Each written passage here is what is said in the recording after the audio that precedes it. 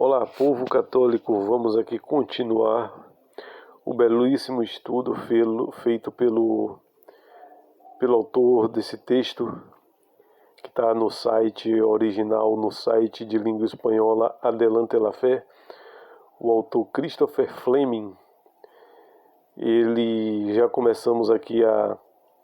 Já fizemos aqui uma postagem anterior a essa, com o mesmo título, né? Que idade tem a Terra, só que sob uma análise teológica. Agora vamos fazer uma análise filosófica, baseado no texto desse escritor, Christopher Fleming. Aqui o autor continua ele dá uma sequência ao primeiro escrito.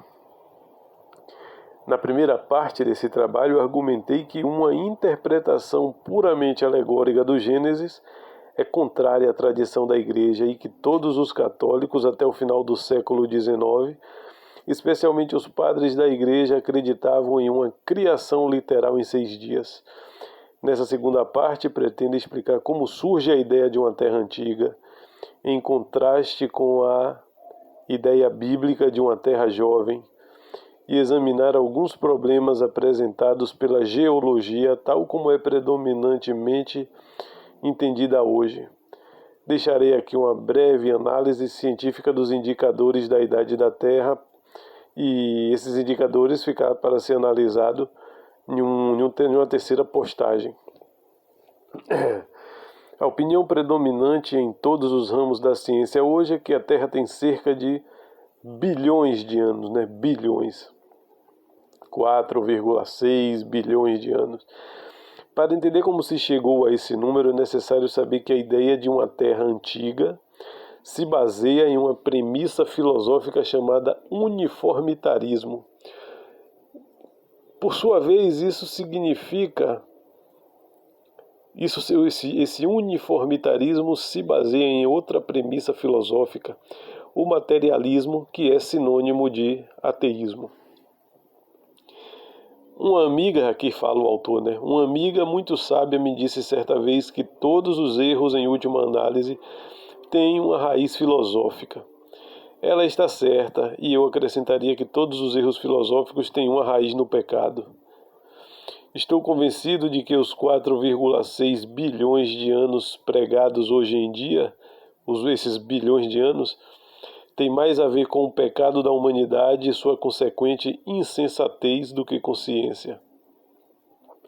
O uniformitarismo, que já mencionei ser a base filosófica da Terra Antiga, é a teoria de que tudo o que existe se deve aos mesmos fenômenos naturais que podemos observar hoje.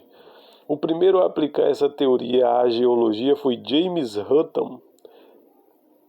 Ele é de 1726 até 1797. James Hutton, considerado o fundador da geologia moderna.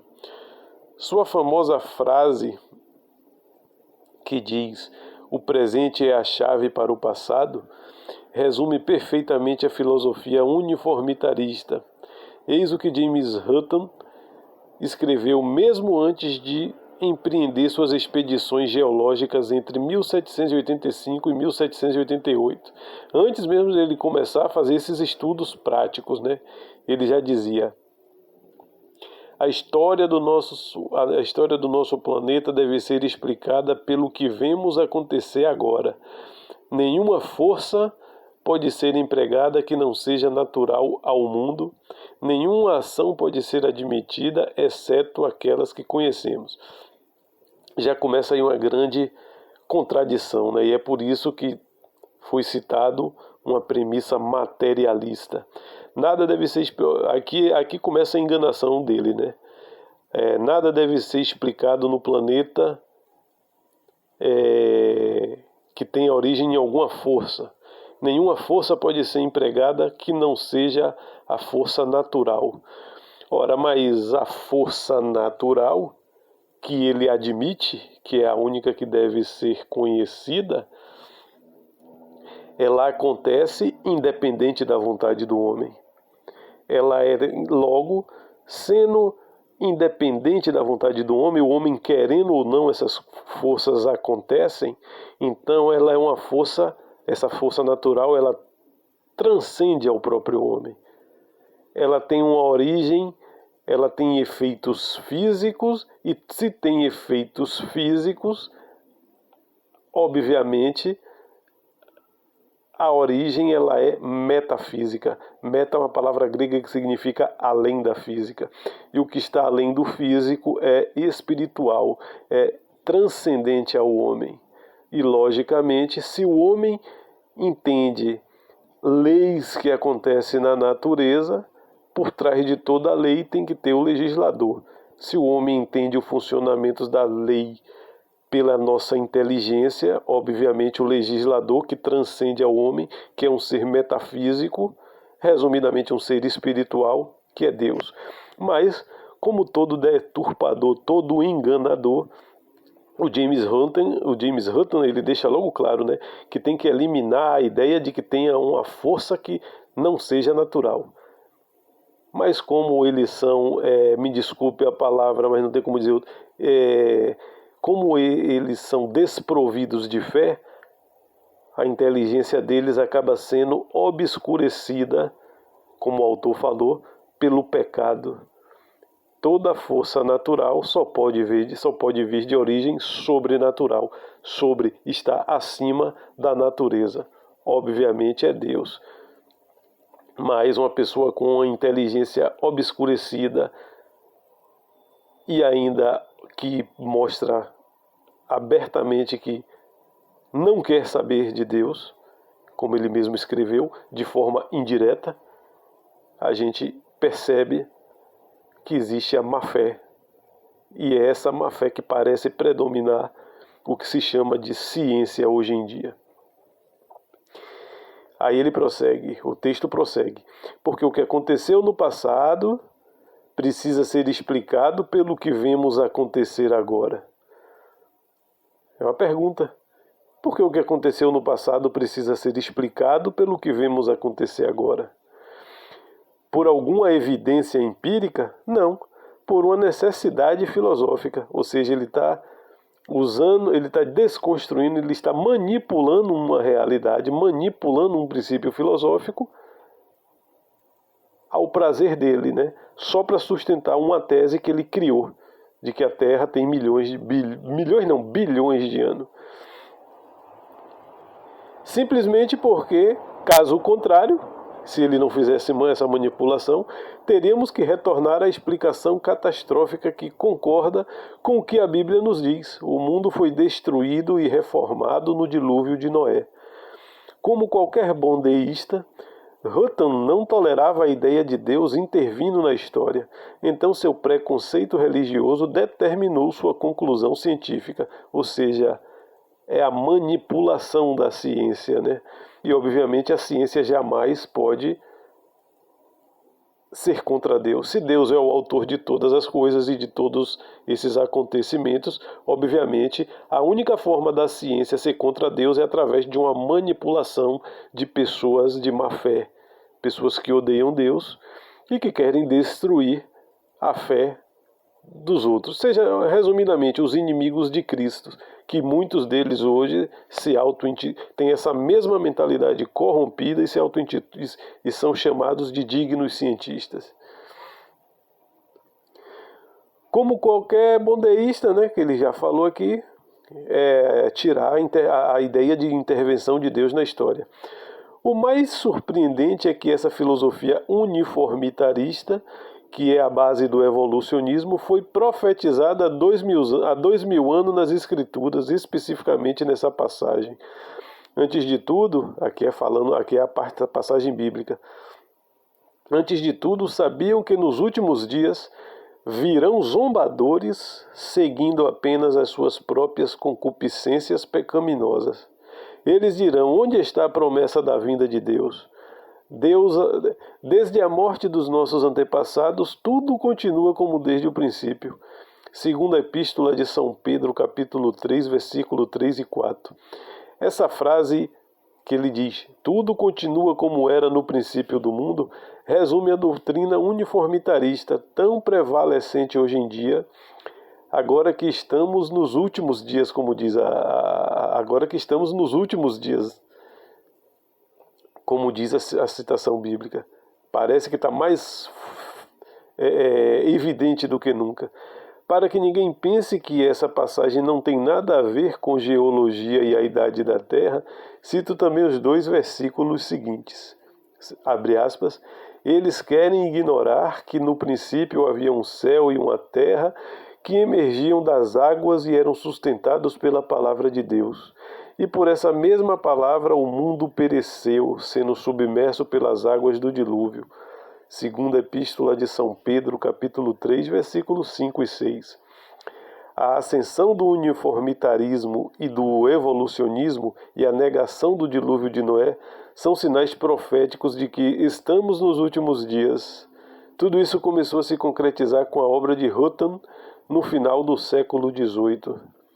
O trabalho de Hutton influenciou diretamente Charles Lyell, ou é Lyell, acho que é Lyell, Charles Lyell, autor da obra Princípios de Geologia, e o primeiro a discutir a coluna geológica, aquela sucessão de camadas rochosas que supostamente demonstra que a Terra tem bilhões de anos, mas que na realidade não existe em nenhum lugar no mundo fora dos livros didáticos.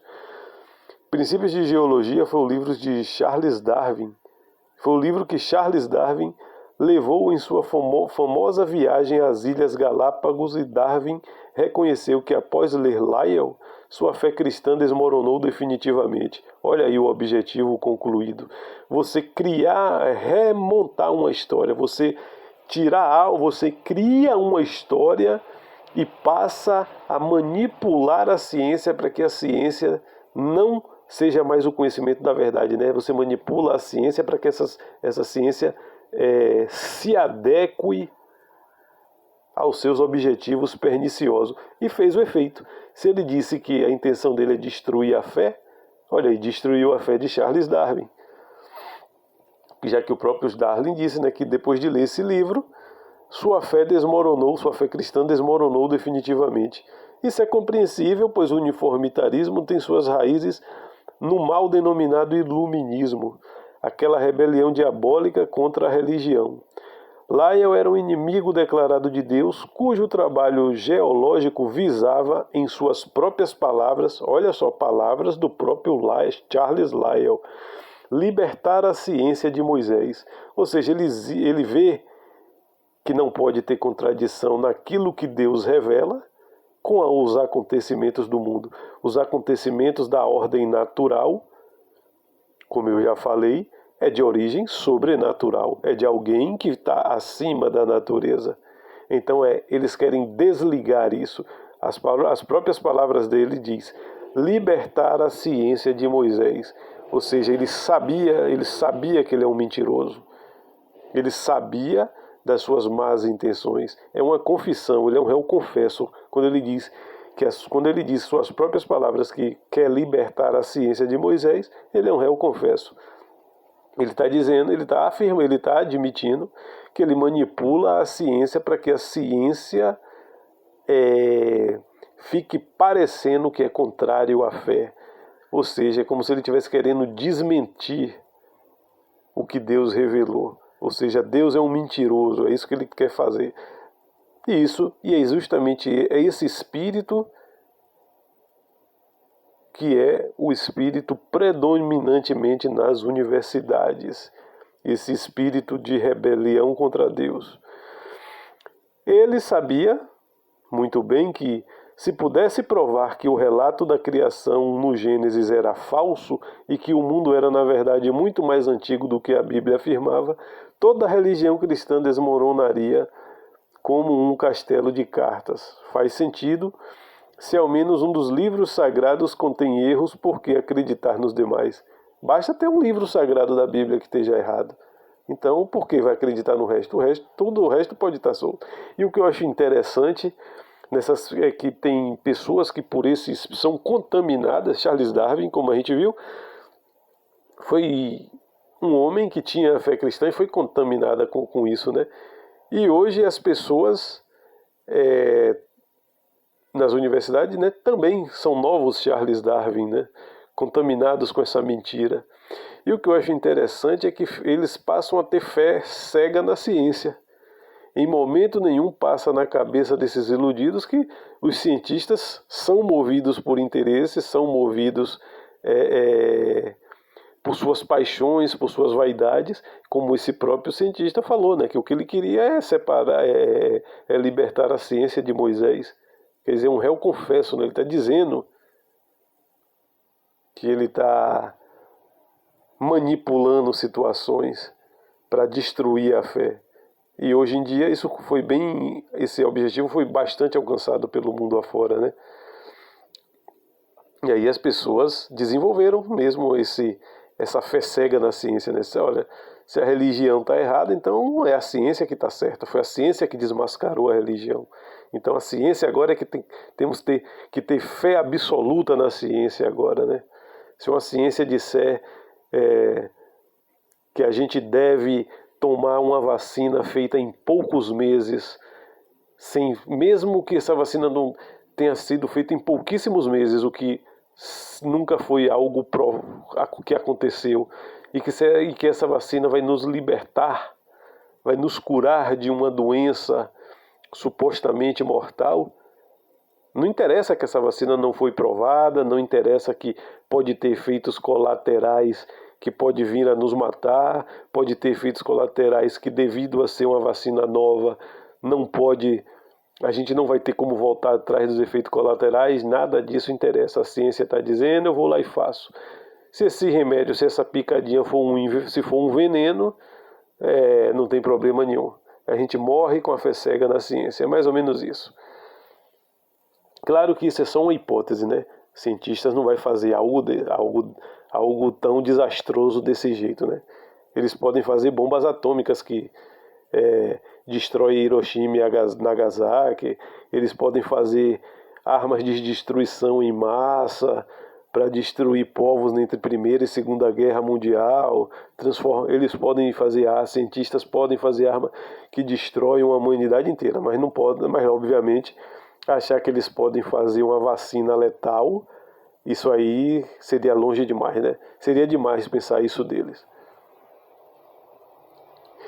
E aqui,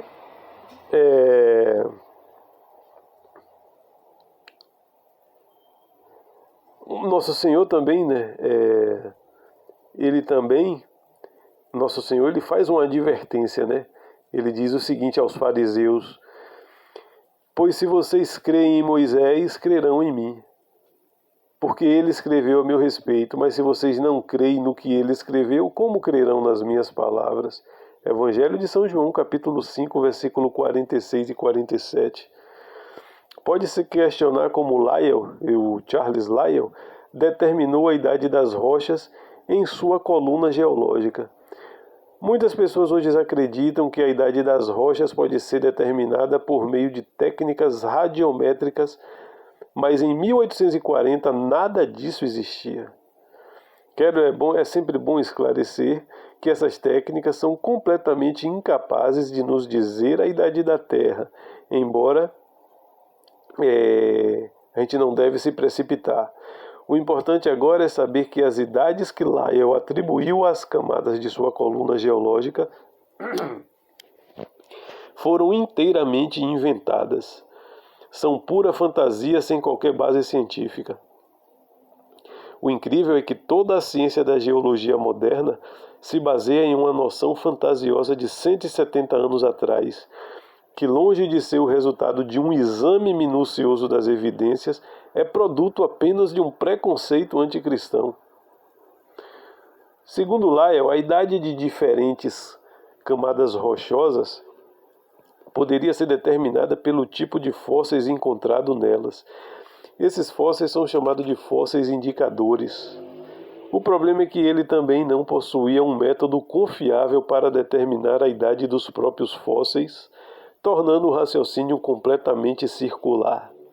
A idade de um fóssil era determinado pela rocha em que era encontrado, e a idade de uma rocha era determinada pelos fósseis que continha.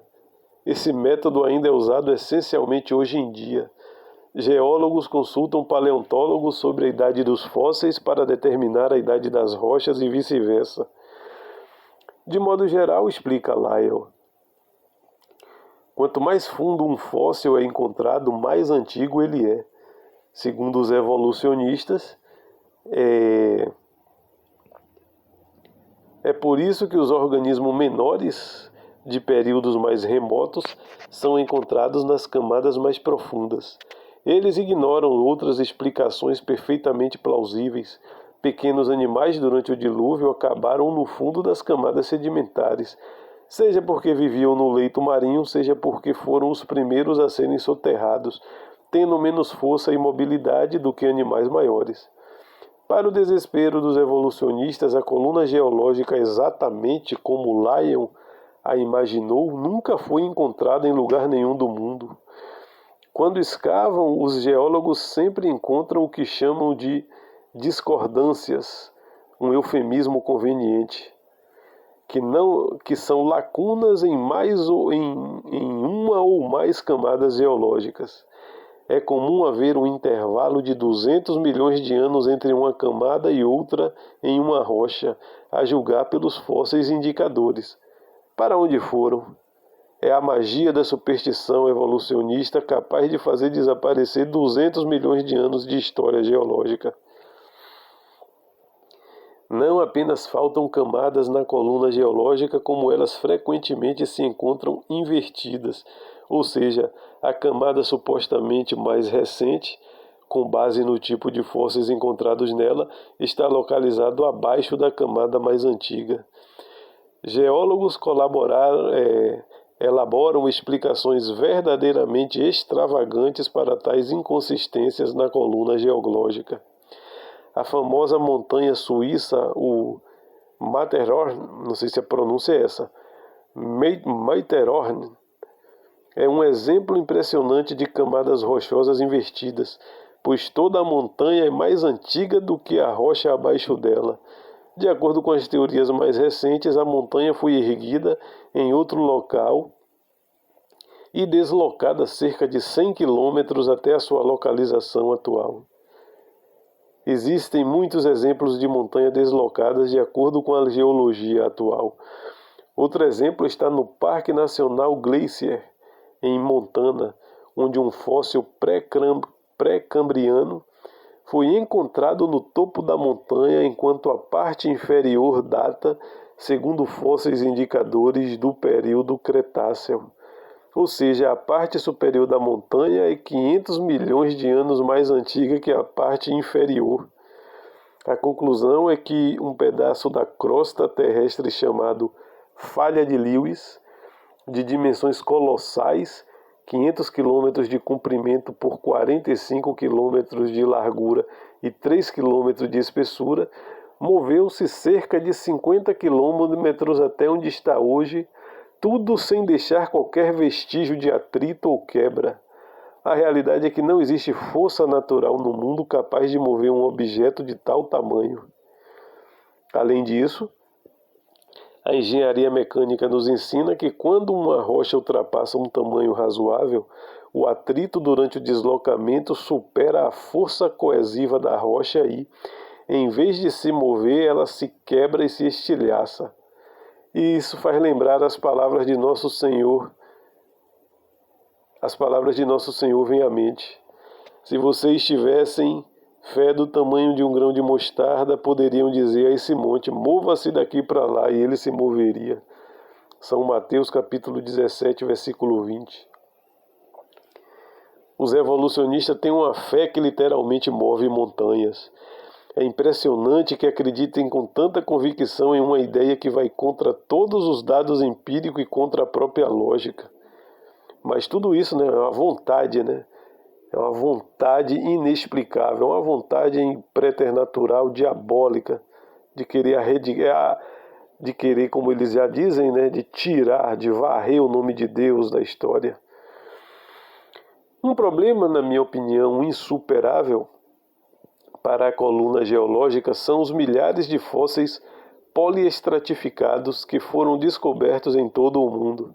Um fóssil poliestratificado é um fóssil geralmente de uma árvore que se estende por várias camadas de rocha sedimentar.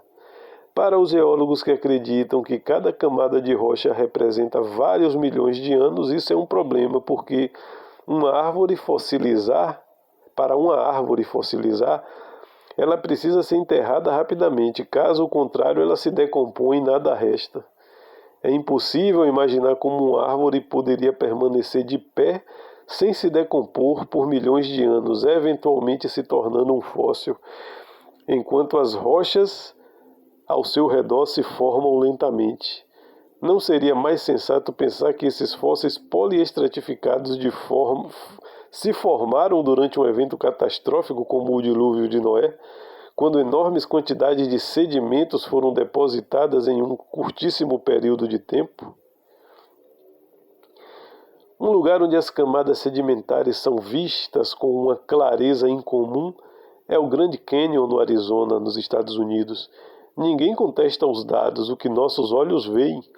O problema reside em como interpretar os dados. Para começar, como já expliquei, se seguirmos a coluna geológica, as camadas estão invertidas há cerca de 600 milhões de anos e cerca de 600 milhões de anos geológicos estão faltando. Além disso, a grande maioria dos geólogos modernos, acreditando que cada camada representa um período de milhões de anos, conclui que o rio Colorado, que flui pelo meio do cânion, causou essa depressão espetacular ao longo de milhões de anos. Mas também se poderia argumentar que foi um evento catastrófico que criou o cânion em um período muito curto e que o rio atual simplesmente utiliza o leito criado por esse evento. Em resumo, as duas interpretações são pouca água e muito tempo, ou muita água e pouco tempo. Quem está certo? É impossível provar cientificamente o que aconteceu porque não estávamos lá para ver e, estritamente falando, a ciência se limita ao que pode ser observado, medido e replicado. A única coisa que a ciência pode fazer é postular possibilidades para explicar o que existe hoje. Será possível que o Grand Canyon tenha se formado rapidamente com uma grande quantidade de água? Claro que é possível, mas apesar dessa possibilidade, os evolucionistas, devido à sua premissa filosófica do uniformitarismo, rejeitam essa interpretação de imediato como se fosse absurda. Eles veem o rio e as paredes rochosas e concluem que o que está acontecendo agora é o que sempre aconteceu. Em 1961, John Whitcomb e Henry Morris publicaram um livro seminal, O Dilúvio do Gênese, que marcou o início do contra-ataque cristão no campo da ciência, dando origem ao que hoje é chamado de movimento criacionista. É sempre bom botar essa observação, o contra-ataque cristão contra a falsa ciência. Os autores, um engenheiro e outro geólogo, defenderam a historicidade do grande dilúvio a partir de uma perspectiva geológica e questionaram os métodos e especialmente as conclusões da geologia moderna.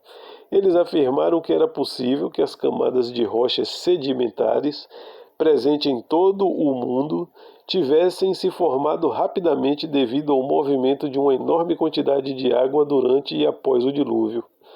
Mas foi somente em 1980 que tivemos a confirmação irrefutável de que esse era de fato o caso. Se eu mostrasse a um geólogo uniformitarista a foto que retrata o cânion do Monte Santa Helena, formado em uma única tarde de 1982, ele certamente diria que o cânion foi formado por erosão lenta ao longo de milhões de anos. Minha pergunta é a seguinte: se agora sabemos por que aconteceu diante de milhares de testemunhos, enquanto câmeras filmavam que formações geológicas podem surgir em um momento muito curto, como resultado de eventos catastróficos, por que isso não é ensinado nos livros de geologia? Porque a visão uniformitarista é a única permitida. Interessante, né? É bom pesquisar sobre esse evento. O cânion formado, né? O cânion Monte de Santa Helena, formado em uma única tarde diante dos olhos de todos das câmeras, e que é ignorado. Logicamente, ele já disse lá, né, no seu livro, lá no início, temos que tirar do homem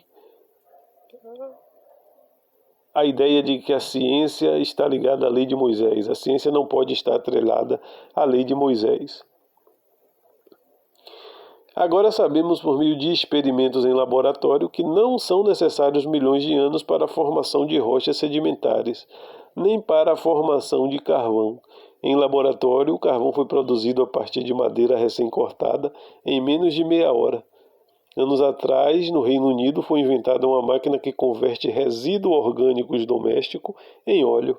O inventor, Noel McAuliffe, disse: "Fazemos em 10 minutos o que a natureza levou 150 milhões de anos para fazer." Se todas as rochas sedimentares do planeta foram depositadas em um curto período de tempo por forças catastróficas, e a ciência experimental indica que isso é uma possibilidade, não há necessidade de presumir que elas tenham bilhões de anos.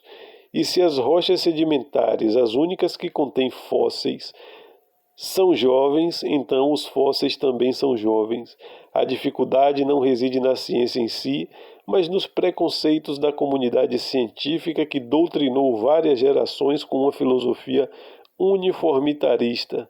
Os evolucionistas jamais abandonarão essa filosofia porque sabem que uma Terra jovem invalida completamente a teoria da evolução. Esse foi o texto brilhante aí do autor Christopher Fleming, retirado do site de língua espanhola Adelante la Fé. E mais uma vez fica aí, né, mostrando que o que chama-se hoje de ciência, na verdade, é uma corrupção da ciência. E o nome dessa corrupção é cientificismo. O cientificismo hoje é que nos é vendido como ciência. Espero aí que tenha esclarecido aí a cabeça de muita gente sobre essa questão de que a ciência ela não contradiz a religião, porque a ciência é o conhecimento da verdade. Ciência é uma palavra em latim que significa conhecimento. Conhecimento do quê? Da verdade. A verdade ela é algo objetivo, por isso a gente busca a verdade. A ciência busca conhecer a verdade das coisas. E essa verdade não é uma produção intelectual do homem, é uma realidade transcendente ao homem.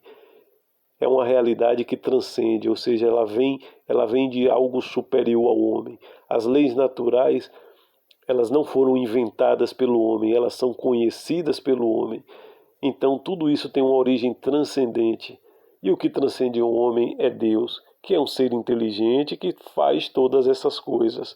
E pela inteligência que Deus deu ao homem, por isso somos imagem e semelhança dele, nós compreendemos essas leis naturais.